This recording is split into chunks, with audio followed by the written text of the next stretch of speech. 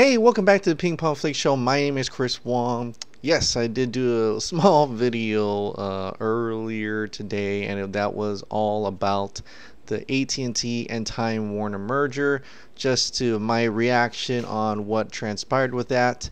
But today is Man of Steel Day. Today, Man of Steel, or at least this weekend, Man of Steel was released in theaters 5 years ago. And 5 years from now, well, not 5 years ago, since then, we're still talking about it. Still debating about it as well. There are a lot of people who still don't quite fully understand that movie, or actually just downright hate that movie.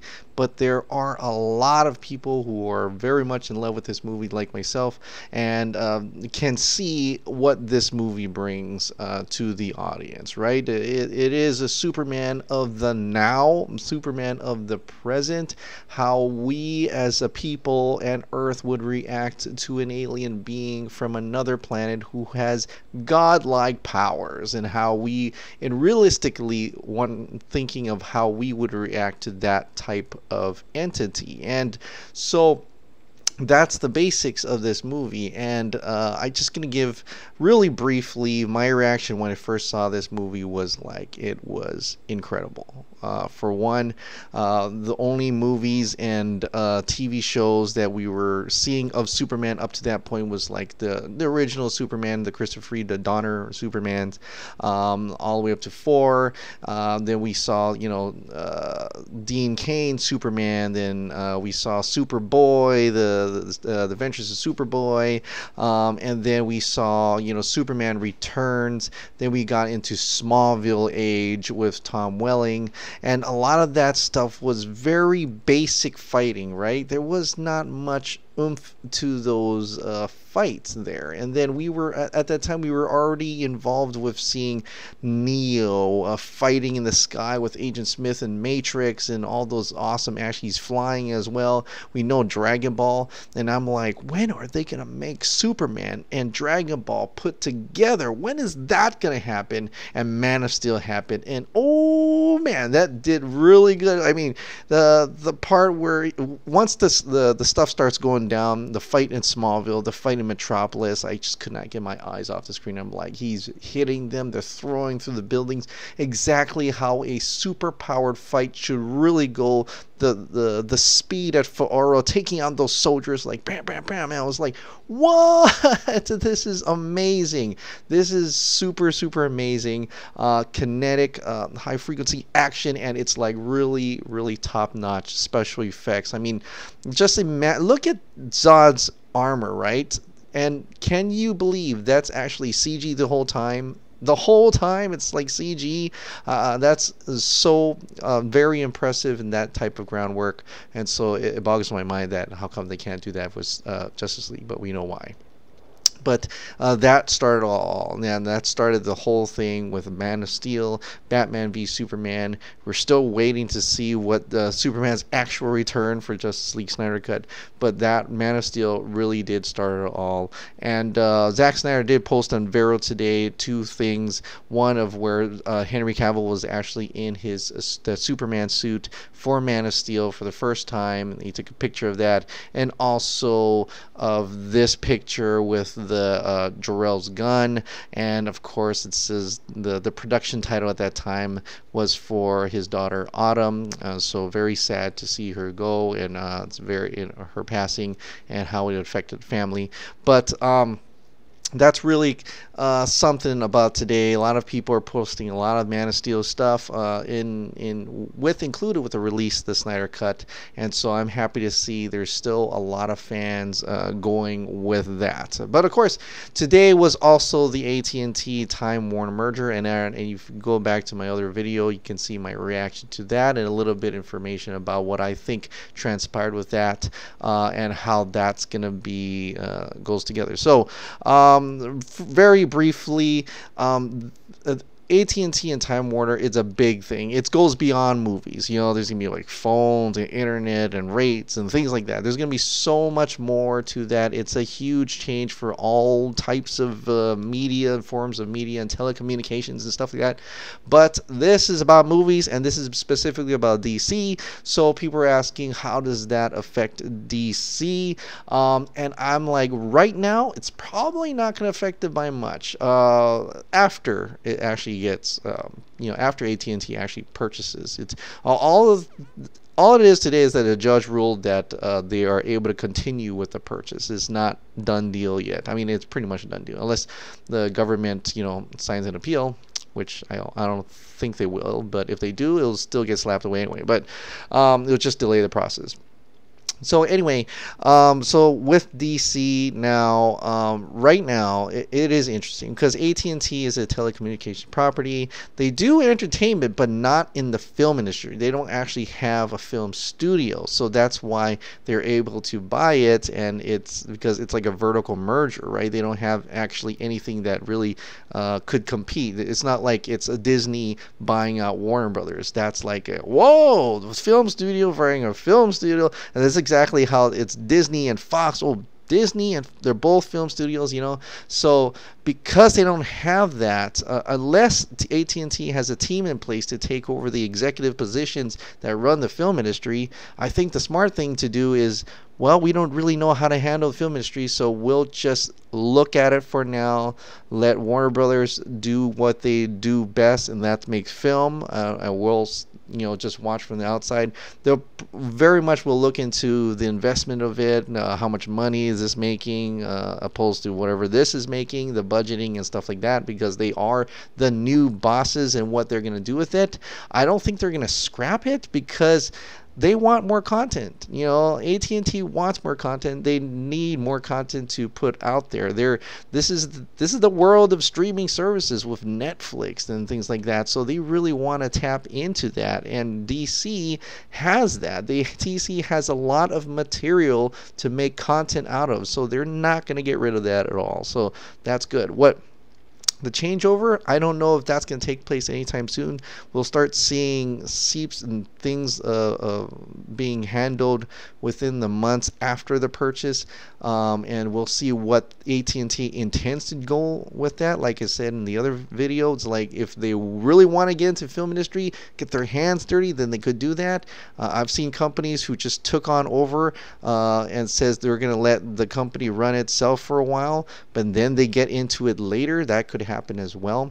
So I'm not sure what exactly is going to happen. I'm not saying this is a good thing. I'm not saying it's a bad thing. It's just saying that it's going to be a big change, and we'll definitely look forward to seeing what will come out of this.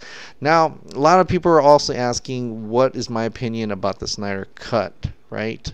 Now, AT&T is a business company, right? They're not in the game to make us feel good, okay? Unfortunately, right? Everything is money, and that's the business world. They're not here to say, I feel sorry for Zack Snyder. No, it's probably not like that, unless it's his best friend in there or some family or something. But it's the emotions out of the way. Right, emotions out of the way. AT&T is not. They're here to buy more content.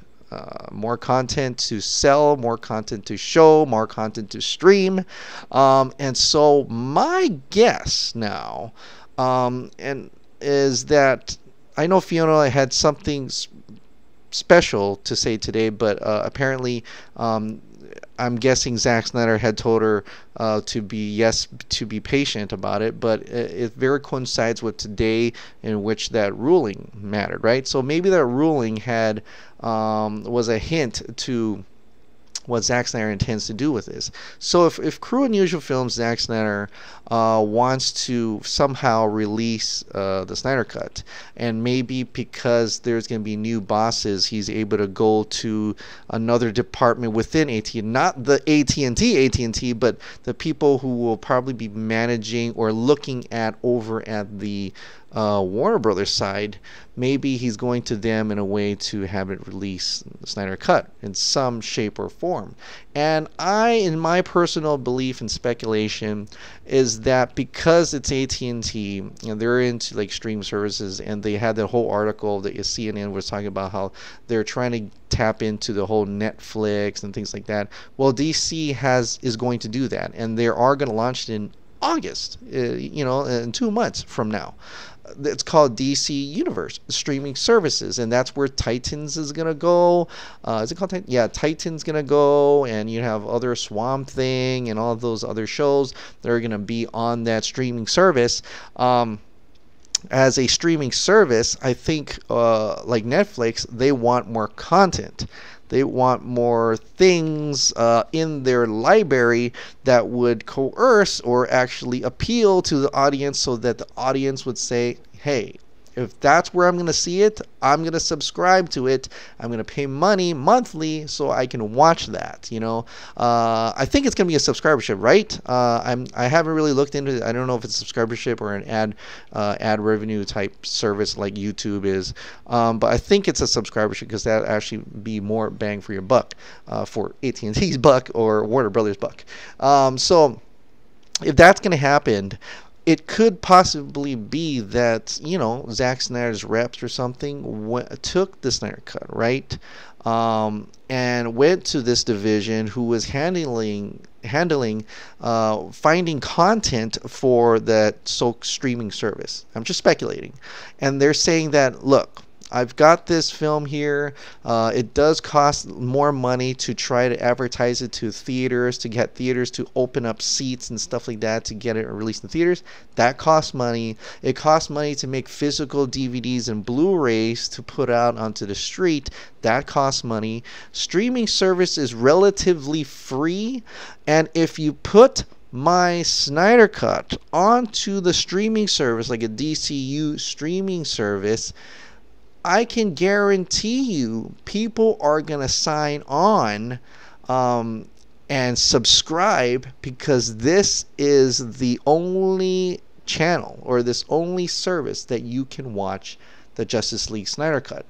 So that's my speculation on what Zack Snyder's reps may be going to AT&T for with this new merger, because perhaps Warner Brothers didn't look into that more, or I think Warner Brothers is smart, Time Warner is smart to utilize the resources that AT&T can offer with their telecommunications experience, and then build that DCU brand a little bit more by adding more content, and possibly that content could be the Snyder Cut. So I personally would love to see it in the theater. I personally would love to do that. I would love to see it in the theater and then get the physical cut later. But you know what? At this point, I'm ready to see it in any type of fashion as long as they get released. And so if it's just going to come on streaming, I would definitely be one of those who would subscribe. I mean, I'm actually curious about Titans and Swamp Thing anyway. But I would definitely get on there, subscribe, and see the Snyder Cut. If that is, this is only my speculation, if that's going to be the case after all. So that's how I see how Zack Snyder could benefit with this merger. In the light that if Warner Brothers is not actively looking at releasing his cut in any shape or fashion, maybe the new bosses who are taking over this can see the content for their streaming service, so that they can get more That's how I see how Zack Snyder could benefit with this merger. In the light that if Warner Brothers is not actively looking at releasing his cut in any shape or fashion, maybe the new bosses who are taking over this can see not. And when I say the new bosses, I know a lot of people are like, well, they're not going to care about Snyder Cut. I mean a division of the new bosses. Not the boss, but the boss that is, the division that's handling that area, right? Because there's so many different areas. There's phones, internet, there's so many divisions. But the division that's going to handle that entertainment portion of AT&T and Time Warner, when after they've merged or after they get bought, that might be the ones that they're interested in, because they're the ones who are trying to find more content for their streaming service so that they can get more subscribers, get more money ultimately. That's the way I think possibly it could go in the favor of Zack Snyder. So that's all. Okay, so That's how I think about that. There was another question about someone asked on the comments that I was wondering. I was trying to answer comments and looking at comments all today. But Keita, who had said, considering the numbers on DCEU, couldn't that possibly be a problem with the merger? Won't that put pressure on DCEU to perform, or they would just start cutting titles or whatever is possible to lower budgets, even shut down the universe if it's not performing? Should you be driving making videos? Or yeah, I don't know if I should be driving making videos, but it was so it's very interesting because I'm very interested in the business part of it. But no, I don't. They're not going to be cutting titles. I mean, like I said earlier, AT&T wants more content, content to stream, to show. The more content, the more money they can do. But you do pose an interesting question about lowering budgets, and I think that's a good sign for this whole New Line Cinema, because New Line Cinema, like I said before, Walter Hamada knows how to lower budgets. He has a lower budgets with a higher gross profit and revenue, and it shows in his horror movies. So I really quickly went, and I know this is estimated budget, but look at the estimated budget if you have time. For Aquaman, estimated budget is $160 million. That is small for a blockbuster film, which is possibly going to make $100 million on opening weekend in United States. And then this going out internationally, $160 million, that is a good, less than any, for big blockbusters like this, less than $200 million is a good budget. It's a good budget. And 160, that's not bad. That's pretty good. And I'm thinking Shazam will be around that idea, maybe even lower. Probably not going to have the extensive underwater special effects that Aquaman's going to have.